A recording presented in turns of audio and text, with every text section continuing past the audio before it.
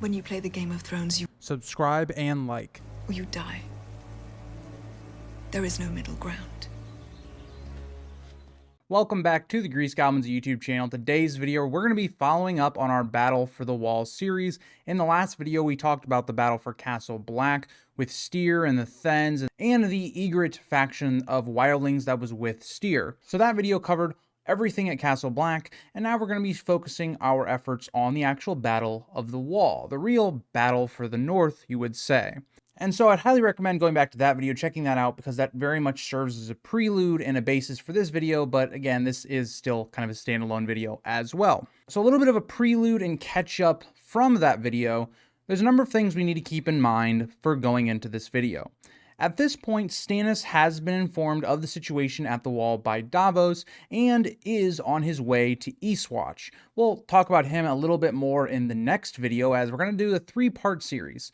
This one will be focused on the numerous attacks on the gate, whereas the next one will be focused on a little bit of the inner politics going on within the Night's Watch, and then the resolution with Stannis winning the battle for the wall. Looking back, though, at the Night's Watch itself, it's in a very sorry state, as they were barely able to defend against the attack from the south, which only numbered around 100, a little over 100, Thenns and wildlings.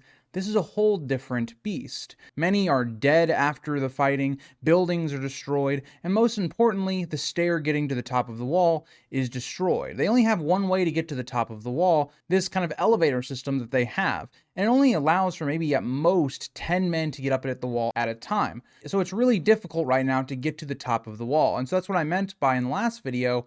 Yes, it was a victory, but it was a costly victory for Castle Black itself. And by this point, the Watch only has 34 brothers left, and by the end of these attacks on the gates, it'll be even less than that. And most of the people that were assisting them, helping them make things, making arrows, for instance, from Molestown, most of those people have actually fled. And we find out later they didn't actually flee to Molestown, they fled even further south.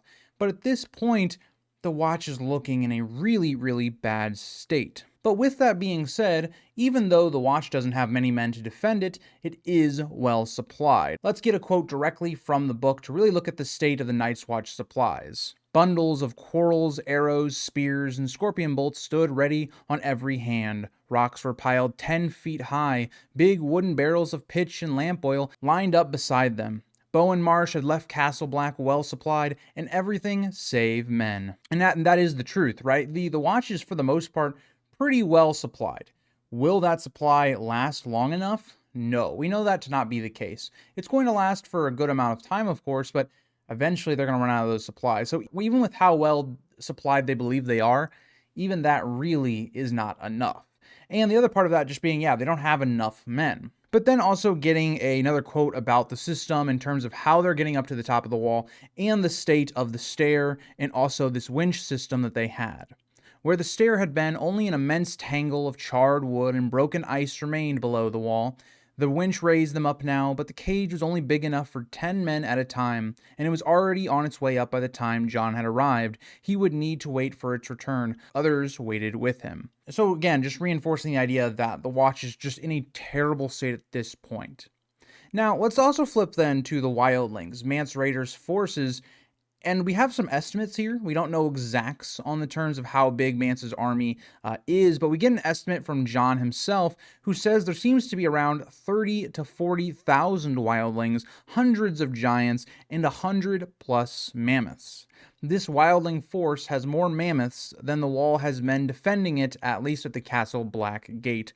It tells you how dire the situation is, and once the men of Castle Black realize how many wildlings there truly are, it's going to strike fear into their hearts. But that'll get us then to the day of the attack.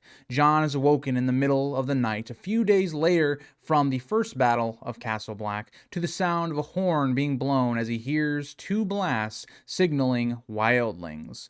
Donnell Noy begins by trying to light the battlefield, using the 2 working trebuchets to send pitch into the darkness. He ordered this multiple times as the army of Mance Rayder is glimpsed, and they hear them all around. It's a really scary sight because Mance Rayder in a lot of ways is concealing his numbers at first. He doesn't really want the Watch to know how many men and giants and mammoths that he truly has. He's using the fear of the unknown and darkness to scare them even more. So that when we get to the end of this battle, and then, the Night's Watch has given everything they have defending the wall, they're going to realize, wait, this was only a small portion of Mance's force, and it really was just to kind of poke holes in their defense. It's all a mind game, in my opinion, for Mance Rayder, but it's also Mance Rayder in a lot of ways. He is someone that cares about his people. So he is trying to get through the wall with the least amount of casualties as possible. So when he does this very small, attack on them in the night, it's probably because, again, he wants to conceal his forces and be able to take the gate without losing that many lives. As more pitch is loosened, they get a better idea of the army they are facing. As the fire of the pitch lights up the battlefield a little bit, they see, bits and pieces of the army, but they still don't have the full picture. As the wildlings begin to play their own war music to counter the horn being blown, this is interrupted when Pip informs them that Mance's army has begun their first assault on the gate, the first of many. As we get into a quote to say exactly what is happening. The wall was too big to be stormed by any conventional means, too high for ladders or siege towers, too thick for battering rams. No catapult could throw a stone large enough to breach it, and if you tried to set it on fire, the ice melt would quench the flames. You could climb over, as the raiders did near Greyguard, but only if you were strong and fit and sure-handed, and even then you might end up like Jarl, impaled on a tree. They must take the gate or they cannot pass. But the gate was a crooked tunnel through the ice, smaller than any castle gate in the Seven Kingdoms, so narrow that rangers must lead the garrons through single file.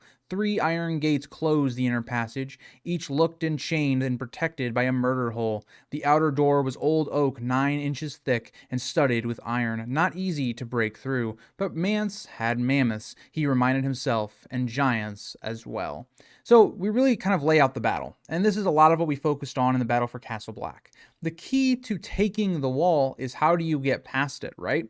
And so at this point, Jon realizes, Danelle Noy knows this, they're going to have to breach this gate. You can't climb it because climbing is good in terms of having little raider forces, but you're also having to then ask women and children to be able to do that.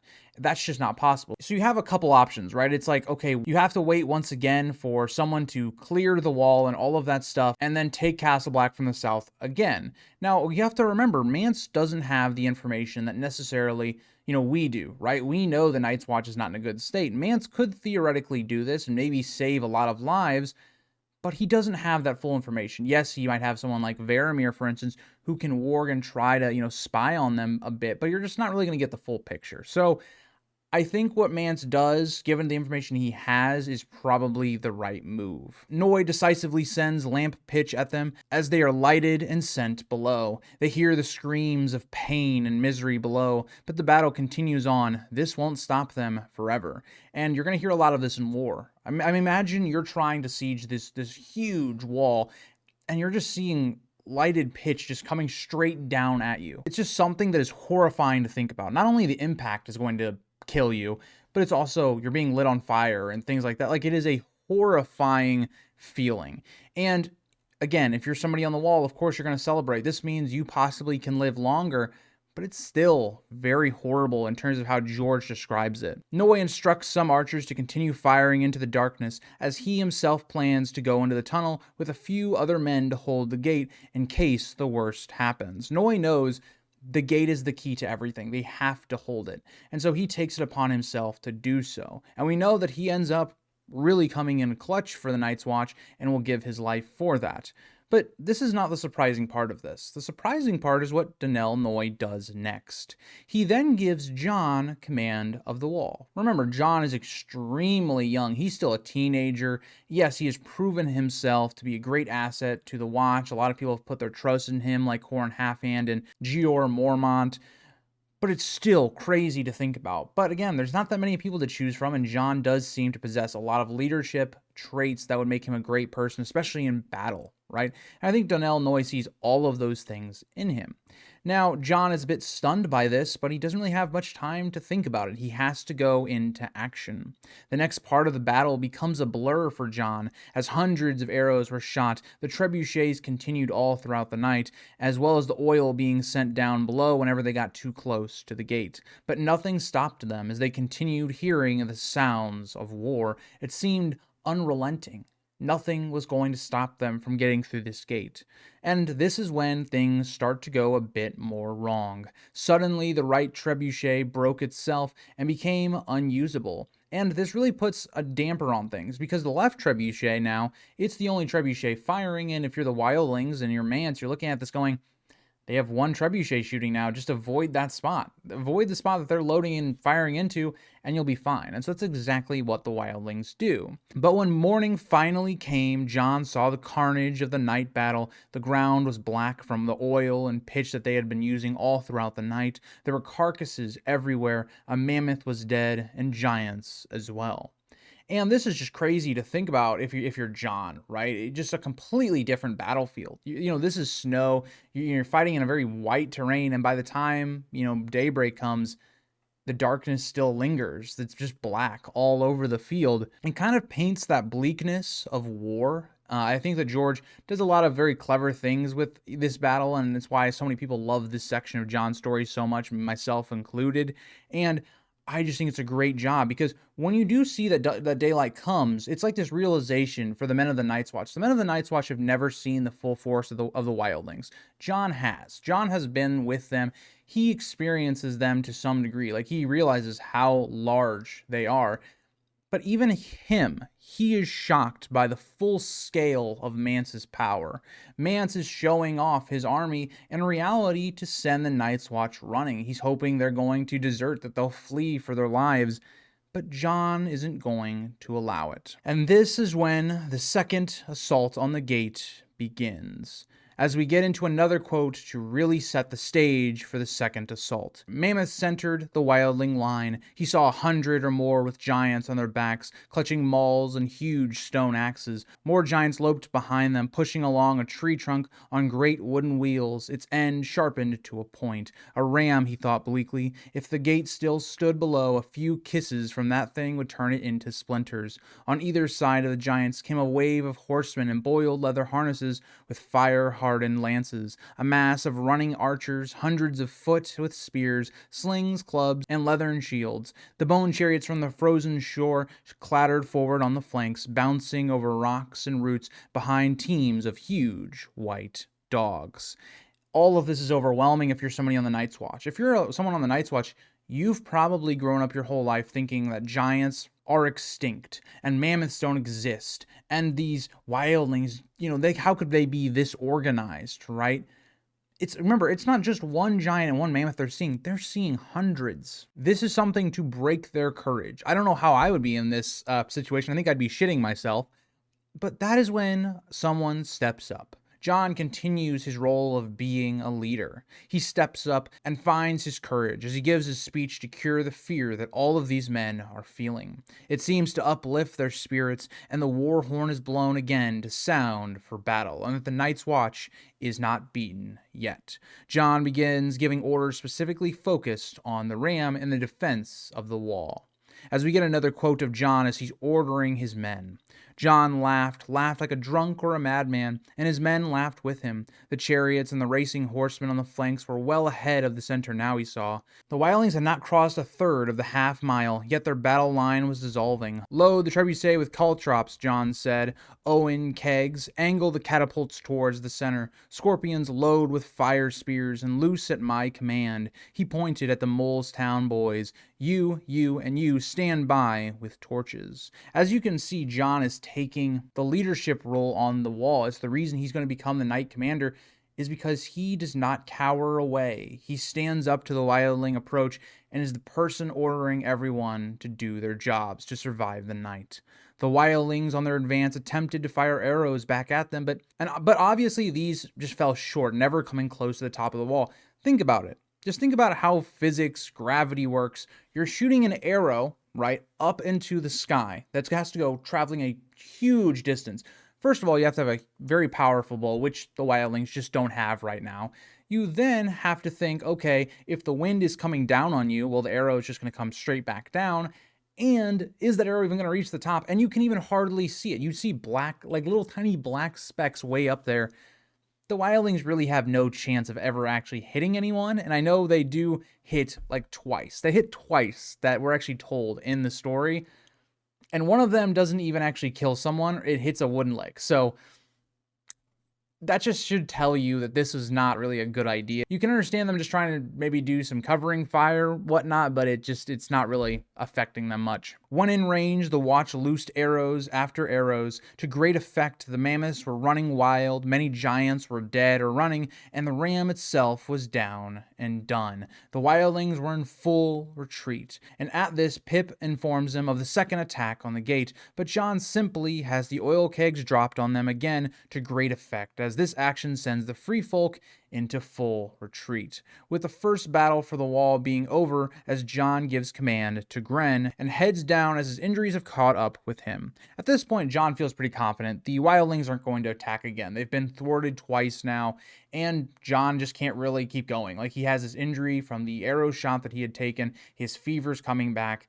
He's done all he can this night anyway. Upon getting back down to Castle Black, he finds out what occurred below. The wildlings had been able to break open the first gate enough to let Mag, the mighty king of the giants, to get through, resulting in the death of Noi and all of his men, as well as Mag himself. Jon suggests blocking up the tunnel as much as possible, but he is not in charge, and so he suggests someone else.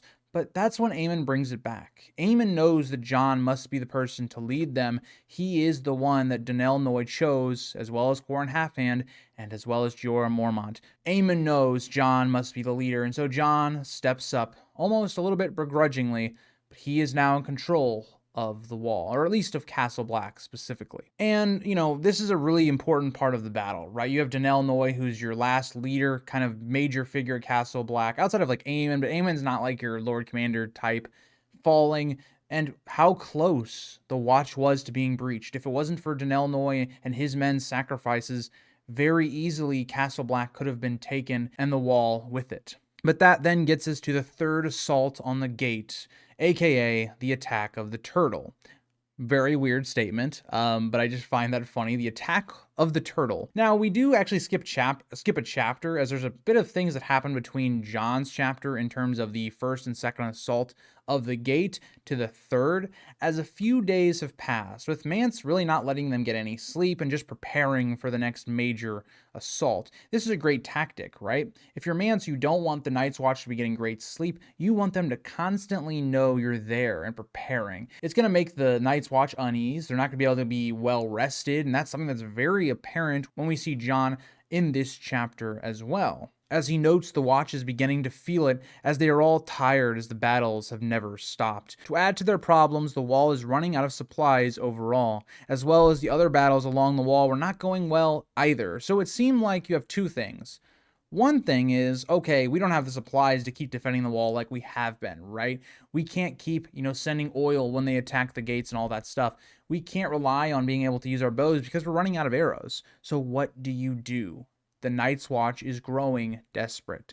The other part of that it would be growing in the back of all of their minds is it seems that no help is coming. There's being battles all across the wall, and no one is coming to their aid. They seem to be alone. But that'll get us to the quotes kind of talking about their situation in terms of the supplies and also with what's happening on the other parts of the wall. Their oil was all but gone, and the last barrel of pitch had been rolled off the wall 2 nights ago. They would soon run short of arrows as well, and there were no Fletchers making more. And the night before last, a raven had come from the west, from Sir Dennis Mallister. Bowen Marsh had chased the wildlings all the way to the Shadow Tower, it seemed, and then farther down into the gloom of the gorge. At the Bridge of Skulls he had met the Weeper and 300 wildlings and won a bloody battle. But the victory had been a costly one. More than 100 brothers slain, among them Sir Andrew Tarth, not sure on the pronunciation there, and Sir Winch. The old pomegranate himself had been carried back to the Shadow Tower sorely wounded. Maester Mullen was tending him, but it would be some time before he was fit to return to Castle Black. A very dire situation. And you think about what I talk about all the time, is you think about Castle Black and the wasting of life, right? Going north of the wall with Jorah Mormont was a horrible plan. This whole thing with Bowen Marsh, horrible plan. And so I look at all that stuff and I go, yeah, just more wasted life from the Night's Watch. Upon hearing the news, Jon had sent people to Molestown to plead for their aid, but found that it was deserted. These people don't want to stay here. The watch looks like it's easily going to fold, and the wildlings are going to go straight to Molestown next, right? So why stay there? And I don't blame any of these people at Molestown. It's not their duty to help the watch. And yes, it might be the honorable thing to do to protect the realm, all that stuff. They didn't sign up for that. So I don't blame them necessarily at all, but this is dire news. These people were very instrumental in defense of Castle Black in terms of helping them get resources, making arrows, the things that the Night's Watch doesn't have the ability to do at the moment.